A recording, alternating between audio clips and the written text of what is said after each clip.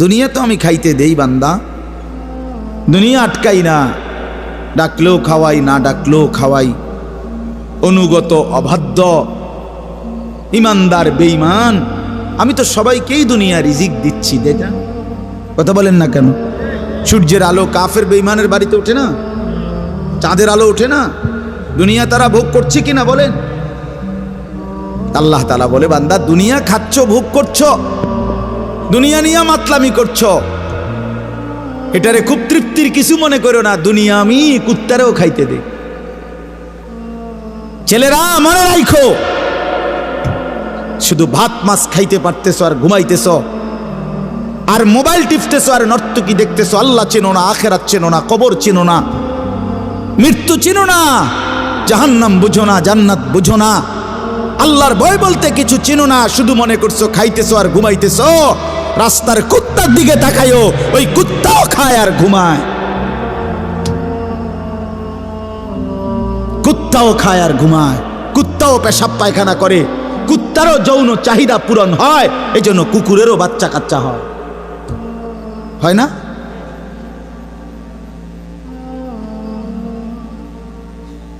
আল্লাহকে কেন ভুলে যাব আমরা?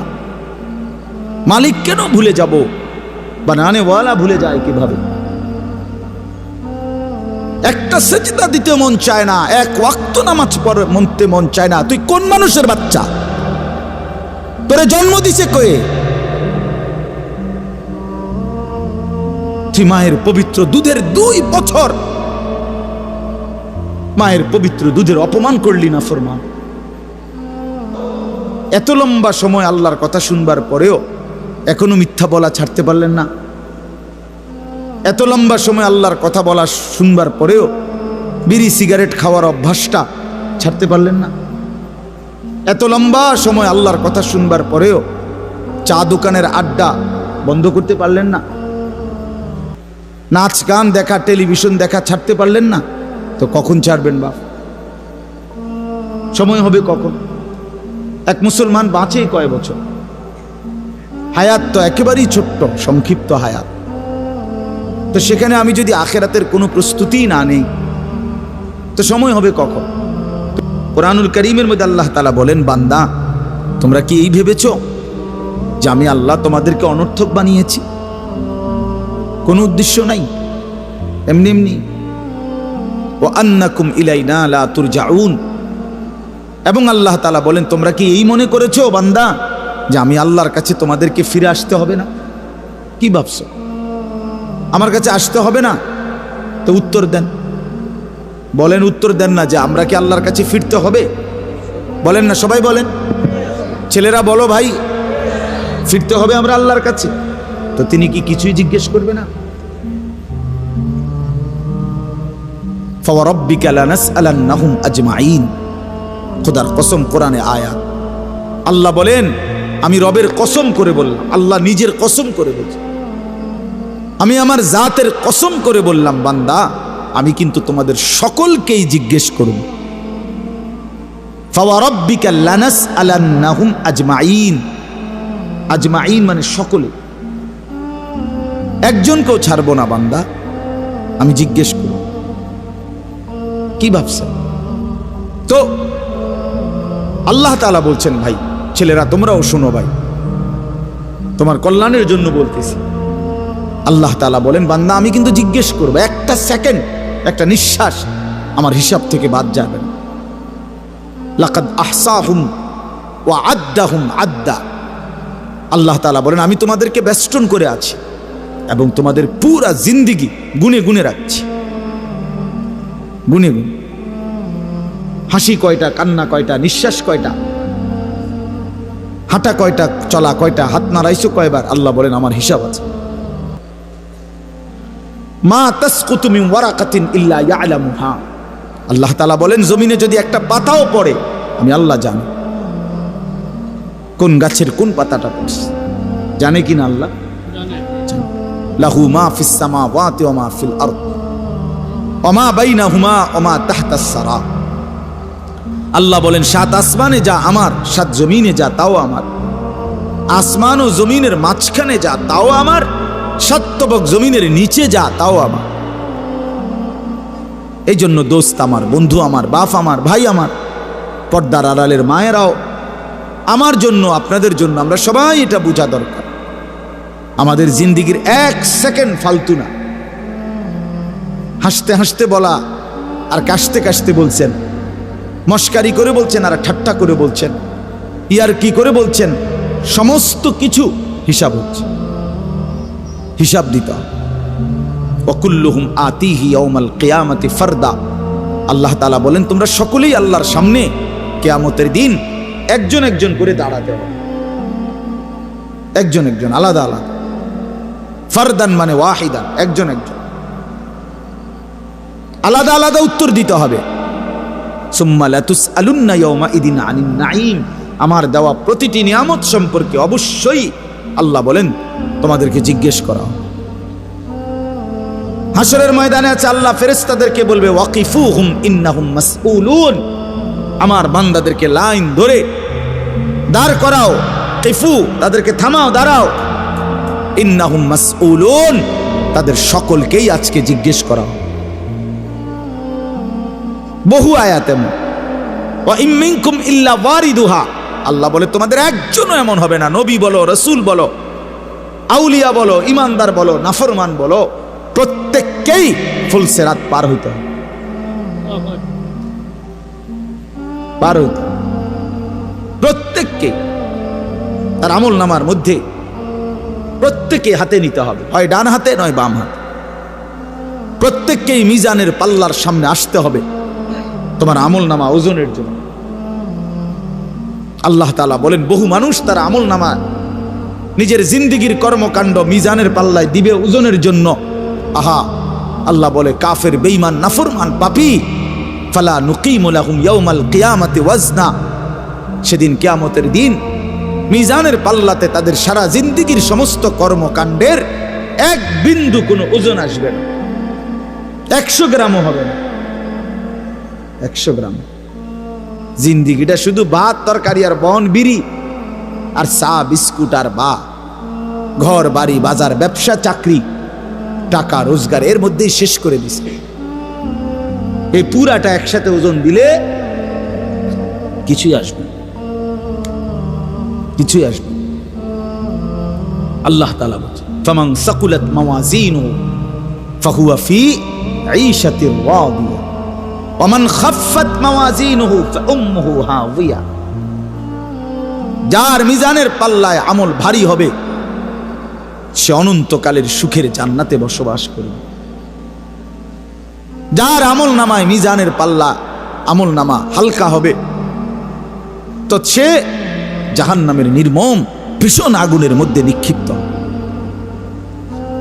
এই জন্য দোস্ত সবাইরে বলি, শুধু এই এক বেলার ওয়াজ না, আল্লাহর কথা প্রতিদিন মনোযোগ দিয়ে শোনা উচিত। জুম্মার বয়ান দিল দিয়া শুনবেন, কেন ঘুমাইবেন, কেন জুরাইবেন, কেন দুষ্টুমি করবেন? আল্লাহর কথার সামনে কোরআন শরীফে আছে, সরাসরি আছে। আল্লাহ বলেন আমার কথা যার সামনে বলা হলো অথচ সে তার প্রতি মনোযোগী দিয়ে হলো না, আমান আযলামু মিম্মান যুক্কিরা বিআয়াতি রাব্বি ফাআরাযা সুম্মা আ'রাযা আনহা। আল্লাহ বলেন আমার কথা যার সামনে পেশ করা হলো অথচ সে তার থেকে বিমুখ, মনোযোগ দিল না, আল্লাহর কসম আল্লাহ বলছে তার চাইতে বড় জালেম আর কেউ নেই। ওটা নিকৃষ্ট জালেম, ওটা সীমা লঙ্ঘনকারী বেয়াদব, যার সামনে আমার কথা বলা হচ্ছে অথচ সে আমার কথার প্রতি মনোযোগী না। কার সাথে গাদ্দারি করছিস বেটা? কার সাথে? কত বড় মালিকের কালাম, কলিজা ছিঁড়ে যাওয়ার কথা, দিল নড়ে উঠবার কথা। তাকশাইরু মিনহু জুলুদুল্লাযীনা ইয়াখশাউনা রাব্বাহুম।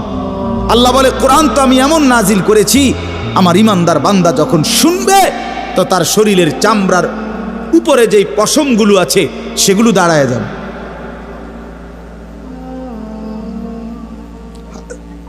বুঝছে? এই জন্য বাপ আমার, বন্ধু আমার, এতক্ষণ লাগাই আপনাদেরকে এই কথাটাই বুঝাইতে চেষ্টা করলাম।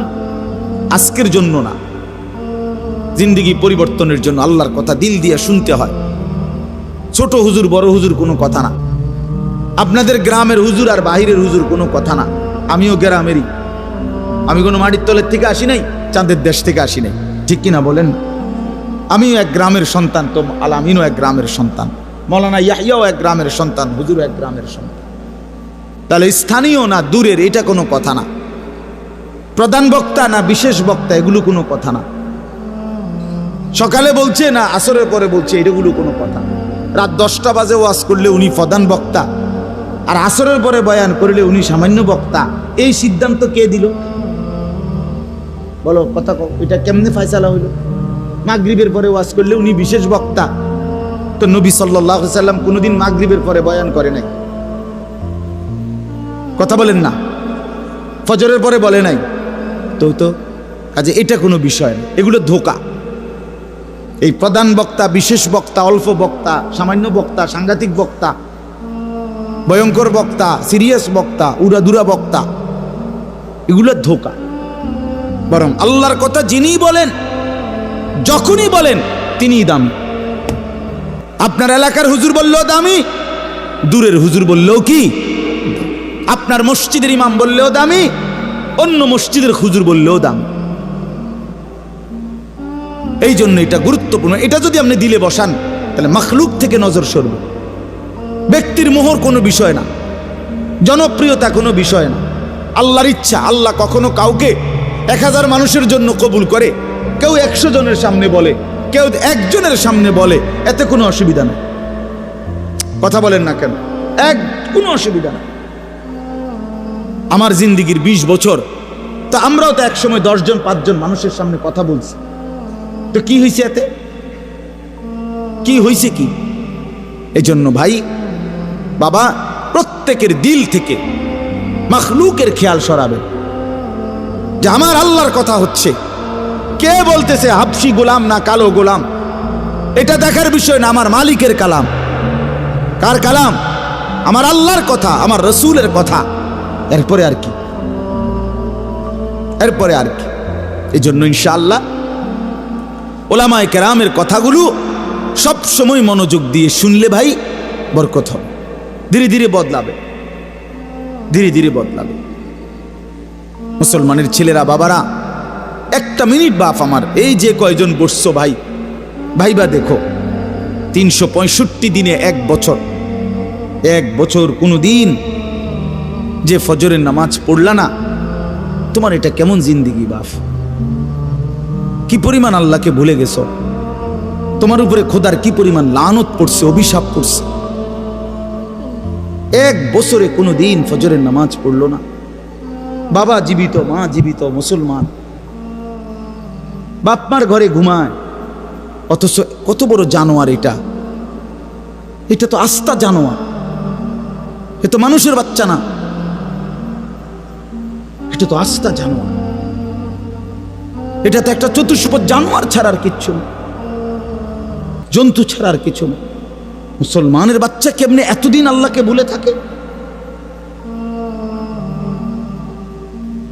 30 বছর মানুষের মিথ্যা বলে, একজন মুসলমান বুঝি 30 বছর সুদ খায়?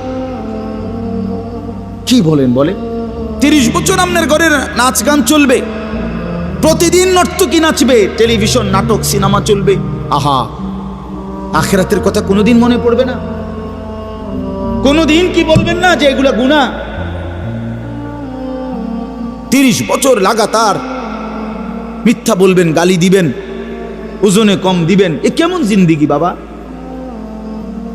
60 বছর বয়স, এখনো বিড়ি সিগারেট খান, কতদিন পরে মনে পড়বে কবর? 60 বছর বয়সও কথায় কথায় গালি দেন, কত বছর পরে মনে পড়বে কবর?